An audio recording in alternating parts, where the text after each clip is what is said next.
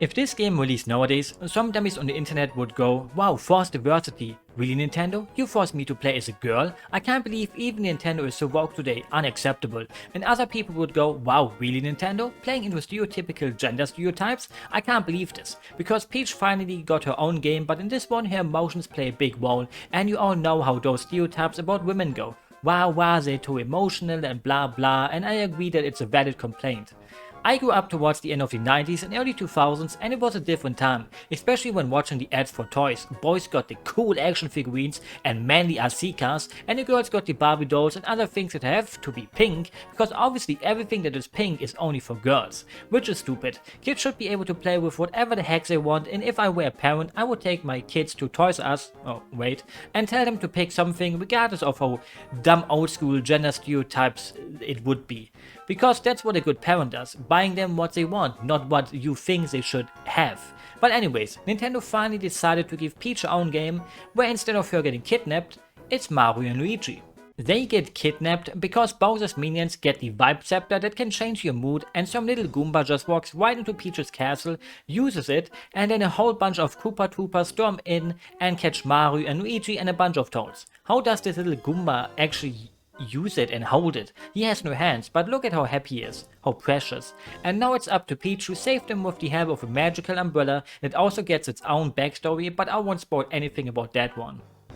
You start the game and the first thing you notice is how pretty the game looks. Instead of going for a 3D look of the new Super Mario Bros. DS games, it went for sprites instead, and the art style really reminds you of the Mario and Luigi RPGs. One thing you will also immediately notice is how expressive Peach is on the bottom screen, which makes sense, since she expresses her emotions through it. You touch the emotion you want to use, which uses up the wipe gauge a bit every second, and Peach does the corresponding action till you either press it again to stop it or till your vibes run out. There's 4 emotions: joy, rage, gloom and calm. Joy makes you so happy that you wiggle around and turn into a cyclone, rage makes you so mad that you burn up, gloom makes you cry, and calm makes you, well, calm, which restores your health. You don't gain any more, which is a bit sad, but throughout the game you do use them in different ways. For example, when Peach uses gloom, she starts to cry and her tears make plants sprout, so you can use them as a platform, or in later stages you can turn the floor really slippery to slide more when your tears freeze on the ground.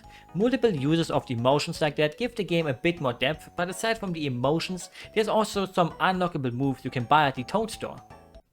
At the Toad's shop, you can buy many different things like music or puzzle pieces, which are also collectibles you can collect in the stages, upgrades to have more HP or a longer vibe gauge, and also some new moves, and one of them should have been there from the start. I played through the whole first world and was wondering, why can't I float with the umbrella? Isn't it kinda like Peach's thing, being able to float? Until I finally checked what Toad got in store and saw, oh, that move is something you have to buy.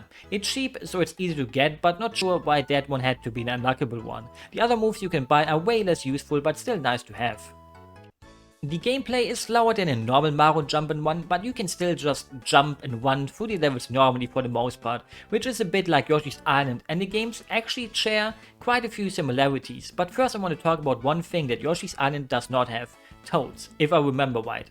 But Super Princess Peach has lots of them because every stage has 3 Toads you have to rescue if you want to fight the final boss, which is most likely Bowser. Why am I saying most likely? Because I haven't beaten it, since I didn't know that you need to rescue every single Toad in the game. It's a punch into your guts, never getting told that you need them all to actually beat the game. I'm pretty sure they just never tell you that till the end. Maybe some random tutorial box tells you it and I didn't read it for some reason. I was just pretty defeated and I didn't want to suddenly spend another few hours to go through every level again to now actually trying to get all the Toads, since a few can be quite out of the way.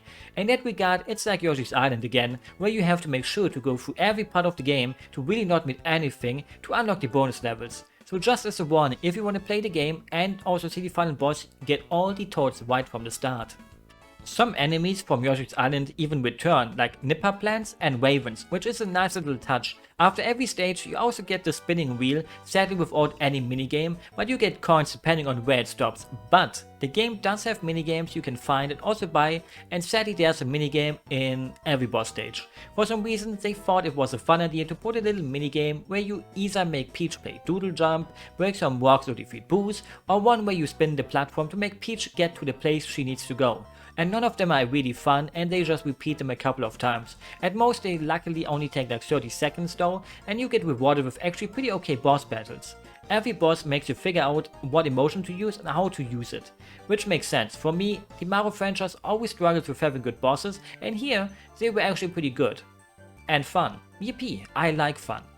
The art style is fun, the designs of the worlds are fun despite not being anything too original, which is my main complaint about the main 2D games too, and most stages are fun too, except those labyrinth ones where you have to pick the right door without any indication what is the right one, so you just go through a bunch of doors and have to remember which one was the right one. At least that stage has this weird big thumb that will suck you into its mouth if you don't do the pose of the statue, and it's pretty cool actually. The game does get a bit harder in the later stages, but in the end it's still a game made for kids. No offense to kids, those kids are cracked at games like Fortnite and Apex nowadays, and I would lose to them any day.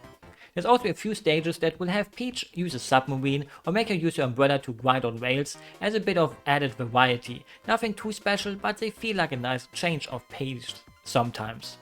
I expected a lot worse. Actually, I didn't really have any expectations. I just wanted to finally try out this game and it was worth it. It's not some groundbreaking experience, but also not something that makes you think you waste your time with it.